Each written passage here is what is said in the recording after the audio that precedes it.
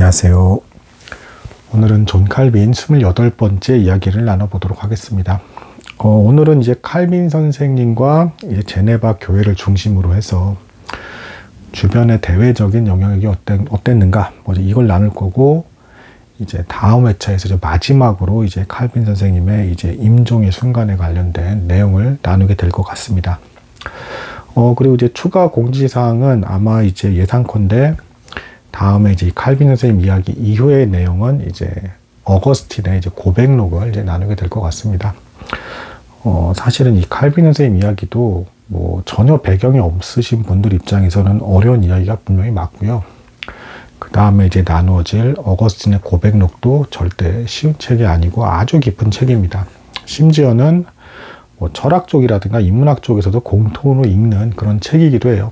그래서 서양을 이해하려면 반드시 읽어야 되는 책 중에 하나가 이제 어거스틴의 고백록이기도 합니다. 그래서 이제 그렇게 나누게 될 것 같다는 걸 미리 먼저 말씀드리도록 하겠습니다. 자, 오늘 내용 하나씩 보겠습니다.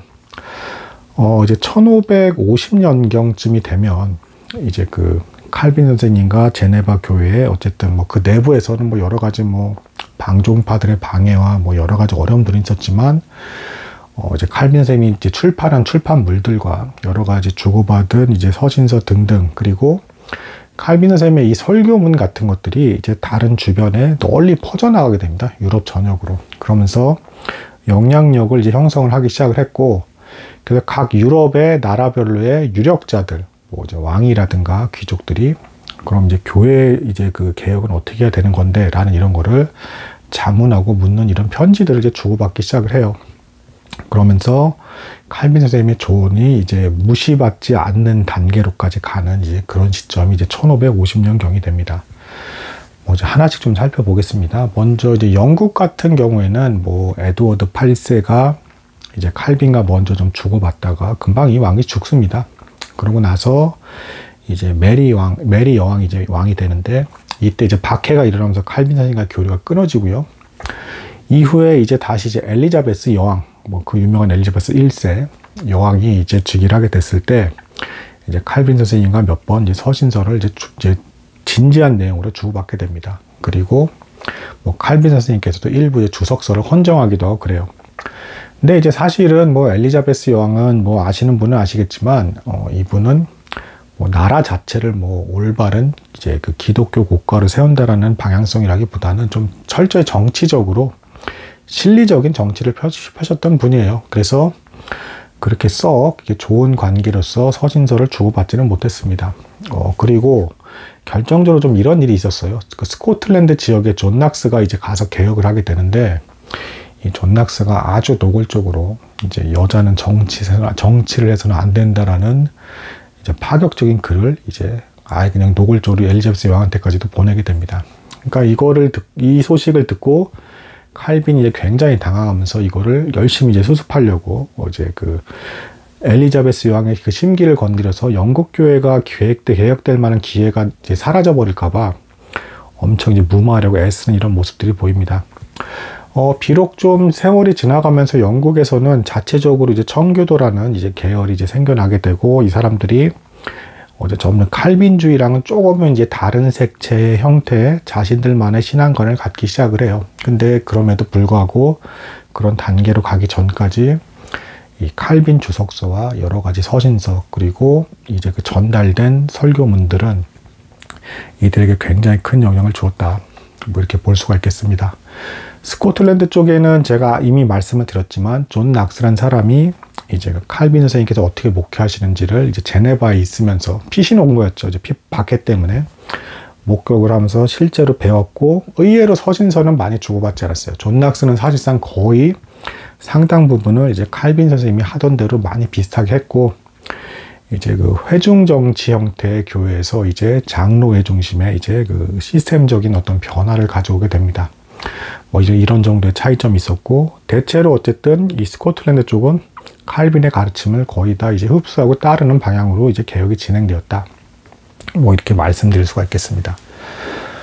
폴란드 같은 경우에는 이제 좀 이제 뜻대로 무조건 되진 않았습니다. 그러니까 지금 말씀드리는 칼빈의 가르침이 세계 곳곳 어디서나 다 통용이 됐다라는 것은 아닙니다. 그러니까 이제 폴란드 같은 경우에는 이제 칼빈 선생님의 가르침이 우세한 교회가 제법 많이 성장을 하다가 17세기에 와서 이제 급격히 쇠퇴를 맞이하게 되는 뭐 이런 일들이 이제 발생을 하게 되고요. 그다음 또 한 군데 살펴봐야 될 것이 당연히 이제 그 칼빈 선생님의 고국이라 할 수 있는 프랑스라고 할 수가 있겠습니다. 프랑스. 근데 이제 프랑스는 어쨌든 이 칼빈 선생님이 살아계시는 날 동안에도 대체로 이제 그 기독교인들을 박해합니다. 천주교가 우세했고 기독교인들을 박해하는데 다만 그 차이가 있다면 왕이 바뀔 때마다 뭐 좀 완강하게 이제 막 화형을 적극적으로 막 시행하면서 이렇게 그 핍박을 가한다든가 아니면 좀 내버려 두는 형태로 이렇게 두든가 이렇게 이게 오르락 내리락 하면서 이렇게 진행이 되는 모습을 보여주게 됩니다. 자, 근데 뭐 이 와중에서 결국엔 이제 칼빈 선생님이 어쨌든 프랑스가 고국이기도 하기 때문에 제일 마음이 갔겠죠. 실제로 가장 많은 고민의 흔적이 보인 나라가 당연히 자신의 고국 프랑스였습니다. 그래서 제네바에서만 목회자를 이제 100명을 이제 파송을 한 지역이 프랑스이기도 합니다. 근데 이제 이때 제네바시 의회에서는 또 좀 얄미운 행동을 이제 보여줍니다. 이 목회자 보낸 일은 우리 그 제네바시 의회랑은 전혀 상관이 없는 걸로 이제 좀 처리 좀 해주시오. 주변에도 그렇게 말 좀 해주시오. 이렇게까지 칼빈 선생님한테 강하게 어필합니다. 왜냐하면 이제 프랑스와 정치적으로 엮여서 잘못하면 이제 군사적인 충돌까지 일어날까봐 이게 무서워서 이제 제네바시 의회에서는 그렇게 이제 걱정이 돼가지고 이제 칼빈 선생님께 주문을 했고, 자, 도중에 뭐 이런 일도 이제 발생을 합니다. 그 로잔 지역에서 이제 이때 당시 스위스의 그 이제 그 종교 개혁을 지지하는 자들의 총 본산이라 할 수 있는 것이 로잔이었는데 여기서 목회자 5명을 파송을 합니다. 근데 이제 이 사람들이 이제 프랑스 잡혀요. 잡혀서 감옥에 갇히게 되었다가 뭐 한 5년쯤 있다가 풀려날 것으로 예상을 했는데 결국에는 화형을 당하는 일이 또 발생을 합니다. 이것에 이제 충격을 받고 사람들이 많이 이제 안타까워하는 모습을 보여주게 되고, 그럼에도 불구하고 칼빈 선생님은 끊임없이 계속 위로의 글을 남기면서 강건하고 굳건하라는 주문을 계속했고, 또 이제 프랑스 안에 있는 사람들에 대해서 대체로 프랑스 사람들 입장에서는 칼빈 선생님이 글이 너무 완강하다 이렇게 그런 느낌으로 받아들였대요. 왜냐하면 이제 프랑스 안에서도 이 기독교적인 이 복음의 가치관에 대해서, 그 가르침에 대해서 애매한 입장을 취한 사람들이 사실은 많았습니다. 일단은 기독교 교회가 우세하지 않은 상태에서 이제 카톨릭적인 예배를 드리면서 그러면서도 왠지 기독교 가르침이 맞는 것 같기는 하다라고 하면서 애매모호하게 두리뭉실하게 있던 사람들이 많았던 거예요. 근데 이제 칼빈 선생님은 거기에 대해서 본인의 신앙에 대해서는 정직하게 고백을 하고 남에게 피해를 주지 말고 겸손히 생활하는 자세를 취함으로써 점점 이 프랑스 나라 안에서도 올바른 성경을 근거로 한 가르침이 퍼질 수 있게끔 힘써주기를 바랍니다 라는 형태의 이제 글들을 많이 보냈는데, 이제 프랑스 사람들 입장에서는 아니 잘못하면 잡혀서 화형당하고 난리가 날 판에 어떻게 그게 마음대로 돼? 뭐 하면서 이제 이렇게 좀 반응을 했던 것이죠. 그다음 마침내는 이제 프랑스 안에서도 교구에 뭐 한 50개 중심의 교회가 합쳐지는 어떤 교구가 생기기도 하고 조금씩 확장이 되는데, 그러다가 이제 마침내는 이제 그 무력 충돌이 이제 일어나는 일이 발생을 하게 됩니다. 뭐 1차 위근호 전쟁이라고 불리는 뭐 이제 이런 무력 충돌이죠.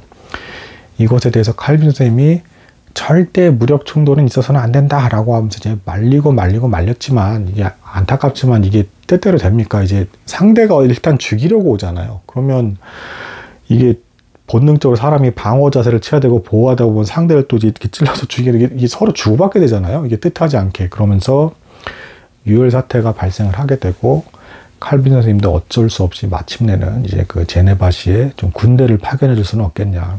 이 위근호들, 그 기독교 가르침을 지지하는 자들이 너무 심하게 박해를 받는다.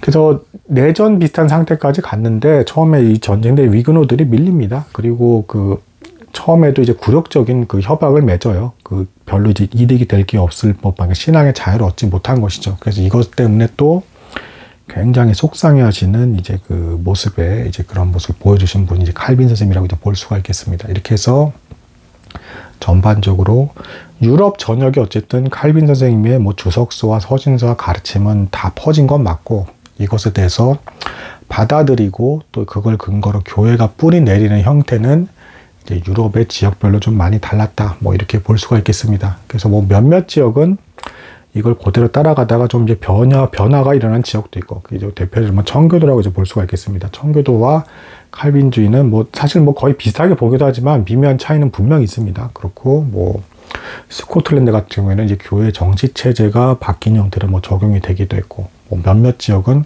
뿌리를 내치지 못한 지역도 있고, 뭐 이런 형태로 진행이 되게 되었다. 뭐 이렇게 말씀드릴 수 있겠습니다. 또한 가장 안타까운 이제 모국 프랑스에 있어서만큼은 좀 이제 칼빈이즘이 바라던 대로 잘 진행이 되지 못했다. 뭐 이렇게 말씀드릴 수가 있겠습니다. 오늘은 여기까지 하도록 하겠습니다. 감사합니다.